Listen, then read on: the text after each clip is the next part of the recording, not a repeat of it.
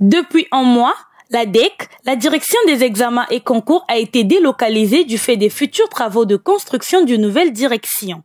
Et depuis lors, les différents services de cette direction ont été transférés pour certains à l'inspection générale de l'enseignement et d'autres au complexe scolaire lycée de la Révolution, comme l'explique le directeur des examens et concours. Au niveau du lycée de la Révolution, c'est la direction départementale de l'enseignement de Brazzaville.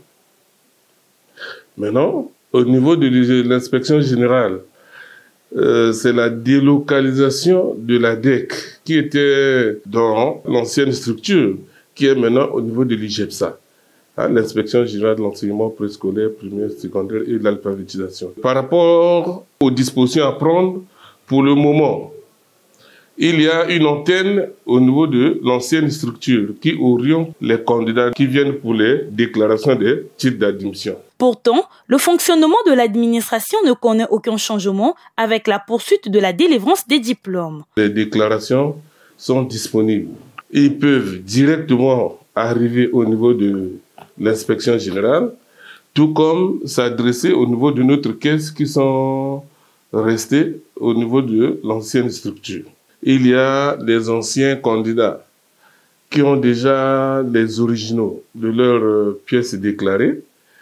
Ceux-là peuvent faire les photocopies et déposer au niveau des caisses. Les légalisations sont rapidement opérées.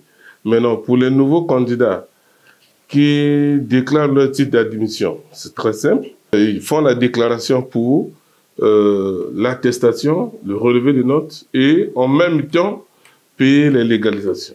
Damien Madiki appelle les agents à garder le rythme de travail et à s'impliquer totalement afin, dit-il, de permettre le bon fonctionnement de l'administration.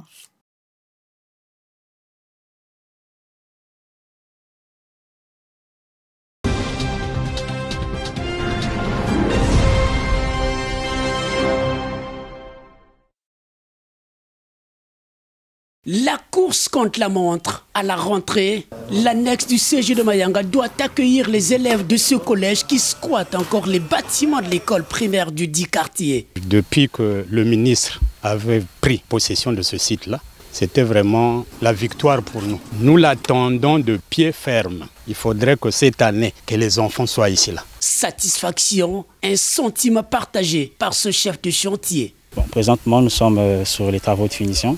Et simultanément avec les travaux de gros œuvres, il nous reste attelé. Et une fois les enduits terminés, nous allons commencer avec les travaux de peinture pour des meilleures finitions. Mukondo, un autre chantier qui fait réagir. C'est vraiment un plaisir.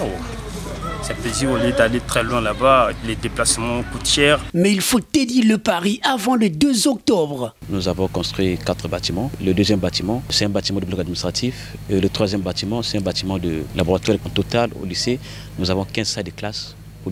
Toute promesse faite est une dette. Les populations trouvent là une véritable opportunité pour leurs enfants d'avoir des infrastructures de qualité à proximité de leurs habitations. Nous gardons bon espoir que ces chantiers seront achevés de façon à ce que nous puissions répondre aux préoccupations exprimées par le chef de l'État en ce qui concerne la prise en charge effective de la jeunesse scolarisée de notre pays. Mais le déficit des enseignants est une vraie épine dans les bottes du gouvernement. C'est une préoccupation que nous avons soulevée depuis de nombreux mois déjà devant la représentation nationale et chaque fois que nous avons eu la possibilité de le rappeler, réitérer cette volonté qui est la nôtre de pouvoir procéder au recrutement du maximum des enseignants formés et pour que toutes ces infrastructures que nous construisons ne puissent pas recevoir que les élèves mais également puissent bénéficier de la présence des enseignants formés. Le département table sur toutes les infrastructures scolaires en construction pour améliorer l'offre de formation.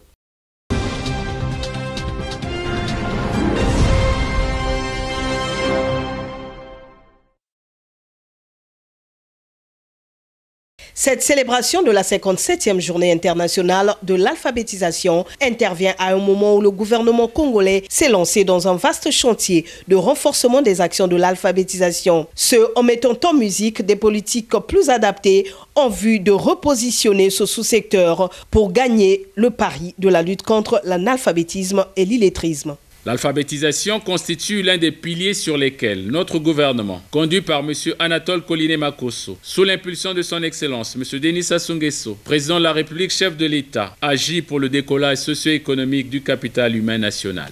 Le ministère de l'enseignement préscolaire, primaire, secondaire et de l'alphabétisation s'est engagé à cet effet dans la promotion d'une éducation de qualité en adéquation avec le plan sectoriel de l'éducation qui vise l'accès équitable au programme d'alphabétisation, l'arrimage de l'alphabétisation à la formation professionnelle, l'amélioration de la qualité des ressources humaines. Tout ceci devra se traduire demain par la construction des infrastructures propres à l'alphabétisation, à l'amélioration des conditions de travail et d'apprentissage des encadreurs et apprenants de ce sous-secteur et l'intégration des approches numériques dans le processus d'apprentissage en alphabétisation. L'engagement et la dextérité des animateurs et d'autres partenaires de ce sous-secteur restent déterminants dans ce combat. C'est ici l'occasion de féliciter tous les acteurs à tous les niveaux qui ne cessent de consentir des efforts non négligeables et des sacrifices pour alphabétiser nos compatriotes à travers les langues nationales, le lingala et le kituba, et à travers la langue officielle, le français. Le gouvernement en appelle à l'implication de tous. Nous voulons inciter chacune et chacun d'entre nous à plus d'engagement afin de relever les défis qui se dressent devant nous. Dans un esprit de collaboration et de partenariat, nous finirons par gagner le pari de la lutte contre l'analphabétisme et l'illettrisme dans notre pays. Promouvoir l'alphabétisation pour un monde en transition, bâtir les fondations de sociétés durables et pacifiques est le thème retenu pour cette 57e édition.